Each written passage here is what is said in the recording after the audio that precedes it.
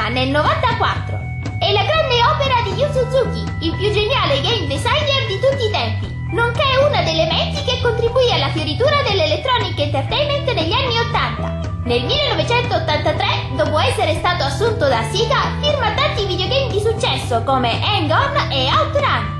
Nel 1992 inaugura la serie dei Virtua Games, caratterizzata dalla sostituzione della grafica bitmap con quella poligonale, che porta successivamente alla creazione del famosissimo Virtua Fighter, prima consacrazione tridimensionale dei videogame di combattimenti d'arti marziali. Ed è proprio grazie ad un viaggio in Cina fatto durante la lavorazione di questo titolo che Yu Suzuki inizia a concepire un progetto che lo avrebbe tenuto impegnato per ben 5 anni e che sarebbe diventato successivamente Shenmue.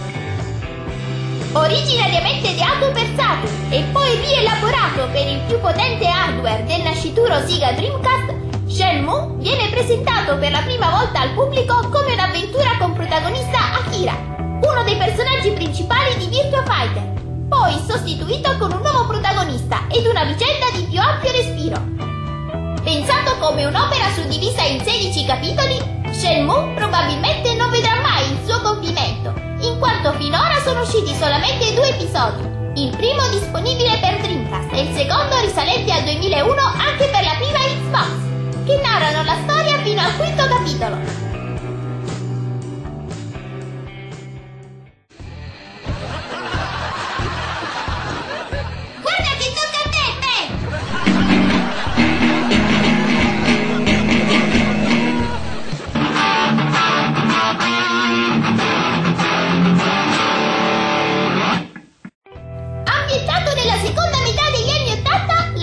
Shenmue vede protagonista il giovane Ryo Azuki, figlio di un maestro d'arti marziali che viene assassinato da Lan Di, enigmatico boss della mafia cinese, il quale sottrae al malcapitato un antico e prezioso manufatto dai poteri sconosciuti.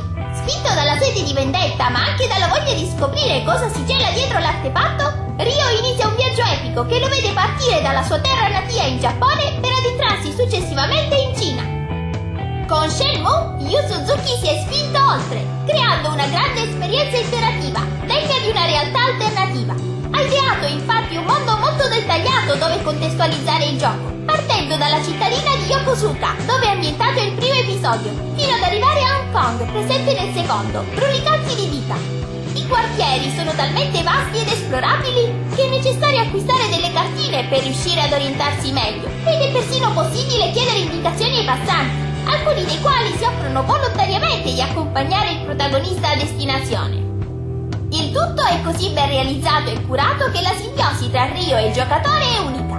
Negozi ricchi di oggetti, fenomeni atmosferici dinamici, interazioni con qualsiasi NPC. Così come nella vita è necessario anche dormire, nutrirsi, guadagnare soldi con lavoretti part-time e anche svagarsi nelle numerose sale giochi presenti, oppure giocare tranquillamente a casa con la versione digitalizzata della vera console Saturn. Pur possedendo un filone narrativo abbastanza intricato e molto cinematografico, il gioco lascia ampia libertà di scelta al giocatore, facendolo esplorare, chiacchierare con le persone e persino imparare alcune tecniche di arti marziali utili per sconfiggere i diversi nemici che si presentano durante l'avventura. Un ottimo sistema di combattimento e la presenza di numerosi quick time event rendono l'esperienza unica e variegata.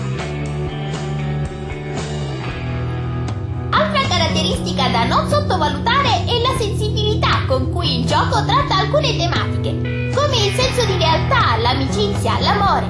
Grande importanza ha la relazione che Ryo ha con Nozomi, una ragazza del suo stesso paese, che si trasferisce in seguito altrove con la famiglia.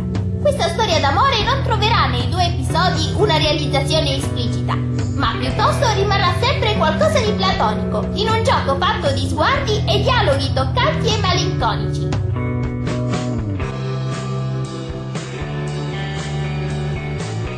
Una menzione particolare la merita anche Shenhua, una ragazza che Ryo conosce verso la fine del secondo capitolo, ma che gli appare misteriosamente in sogno anche durante il primo episodio. Tra i due c'è un feeling particolare e lei sembra possedere strane abilità soprannaturali. Purtroppo però la fine del gioco non ci permette di esplorare ulteriormente la loro relazione e di vederne l'evoluzione.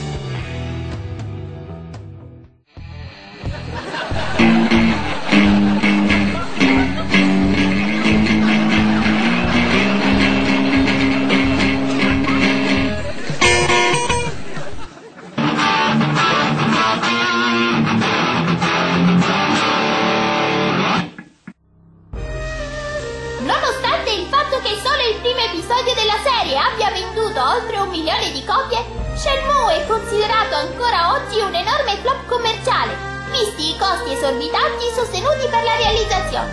Ma nonostante ciò, ha lasciato un segno indelebile in tutti noi videogiocatori. È una vera e propria pietra miliare su cui si basano ancora oggi tantissimi titoli più noti al grande pubblico. Una menzione d'onore merita la dimensione cinematografica. Scene toccanti, musiche, l'ottima regia di Suzuki riescono a creare un forte coinvolgimento emotivo. Shenmue è una piccola grande perla videoludica, un'esperienza di raro valore davvero insostituibile.